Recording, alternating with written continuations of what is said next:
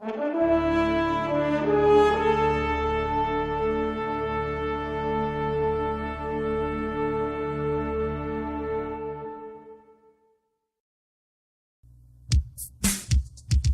America's children today.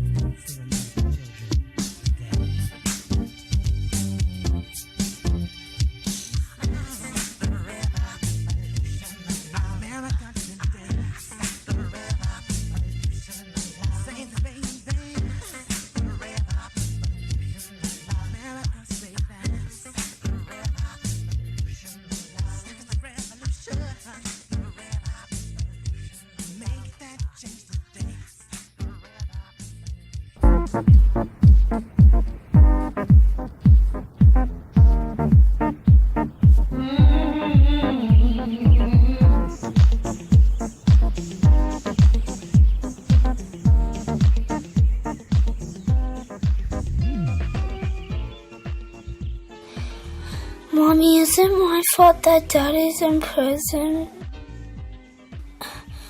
Because that's what they're saying in school. Oh, sweetie, no. It's not your fault. Your daddy made his own mistakes, and you can learn from his mistakes. Save America's children today. The nonprofit organization Save America's Children is proposing an innovative new program in California to steer children of incarcerated parents away from a criminal path, a path that leads to grief. The grassroots group believes that too many innocent children are being lost to a seemingly endless cycle of senseless gang violence. Violence created when the kids follow in the footsteps of their imprisoned fathers who've neglected their responsibility to be a positive role model and care for their children as they grow up. Extensive research shows that these unguided children have an increased likelihood of falling into their parents' pattern of crime, gang activity, and drug abuse, and also falling victim to violent acts committed by other young people. A mother's worst nightmare then comes true, as illustrated in the Save America's Children painting called Grief. The name of this painting is called Grief, and it shows mothers and fathers in the cemetery holding a candlelight vigil for their murdered children. And too many mothers are crying. And the reason this painting was created is it started out as there was a program Diane Sawyer had in November of 2012, and she interviewed a little boy in Chicago, and he said, "Don't shoot me, don't shoot me." And another teenage boy said, "I don't like to be selling dope, but no one will help me. I don't know what to do." And so she asked for help. She asked for people to come to her aid with suggestions and programs, but nobody stepped up, no one at all.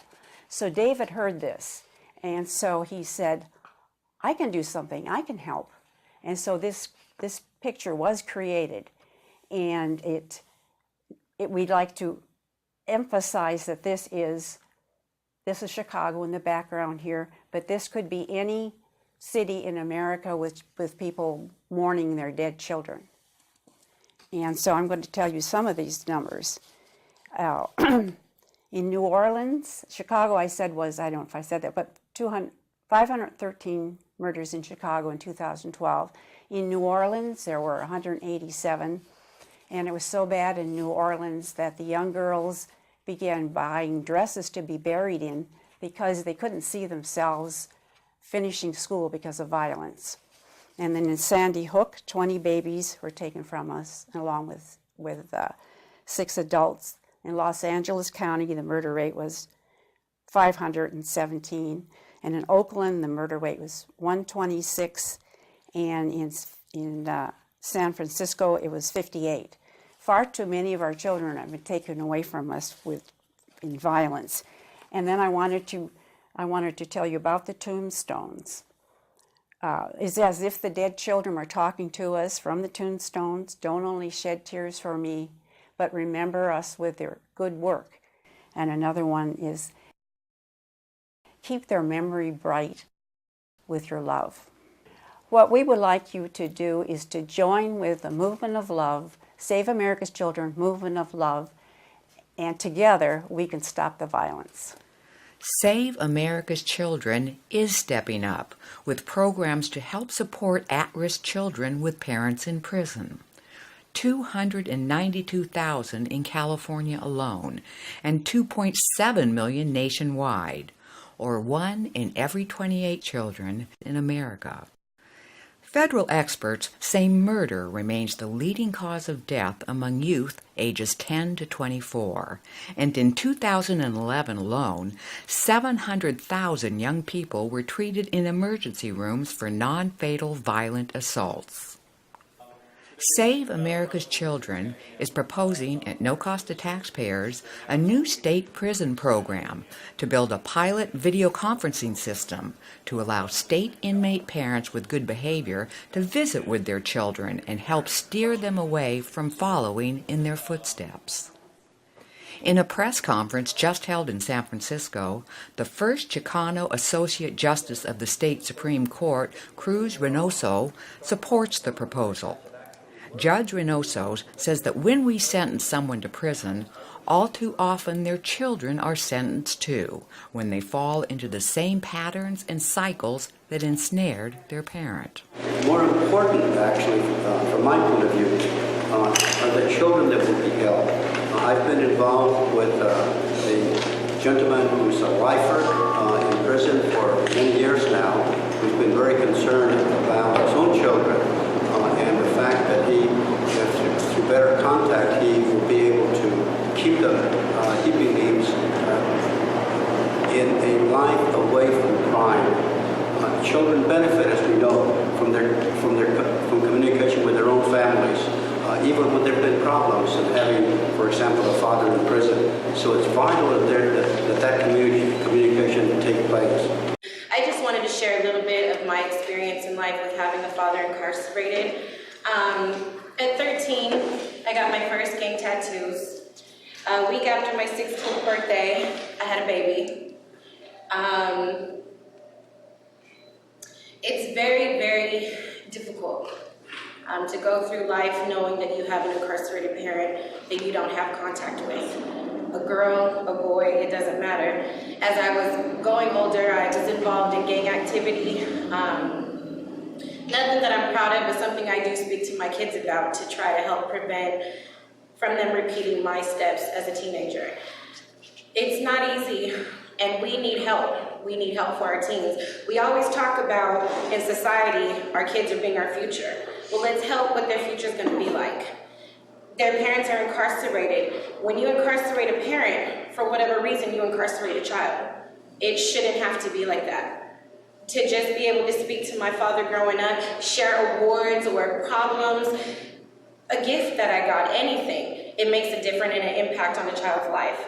So with the SAC Foundation, we are asking your help to help support, save our children from doing what I did as a teen. California currently incarcerates over 300,000 men and women in over 33 state prisons at an annual cost of over $11 billion, with an average cost of over $49,000 per inmate. Mental health experts have long maintained that family access can be a powerful motivator for inmates' good behavior, as well as providing stronger parental supervision of inmate children. There can often be no stronger scared straight incentive for the children than to have frequent contact with an incarcerated parent. Save America's Children proposes the following pilot program. Work with correctional authorities to designate 2 state correctional facilities to host an online portal system, which can be connected with similar online portals hosted at selected community churches in the Bay Area and Southern California. So in my view, the program that's being proposed that will keep prisoners in touch with their families online so they can see one another, so they can communicate with one another, will be of tremendous help in keeping that contact going, and in having the folk in prison we have that continuing contact to encourage their young children to conduct themselves in a way that they will be able to profit in their own lives, where they'll be able to help those around them, and importantly, so that they won't end up in prison the way their parents are. This appears to be a program that addresses a problem on many different levels. It addresses the issue of recidivism and also the collateral damage that occurs in the form of generational curse on our children, as we see the same kinds of mistakes made by their parents, unfortunately, carried forward in the lives of the children. And so it would appear that a real difference can be made if we can keep children connected with their parents in the prison system.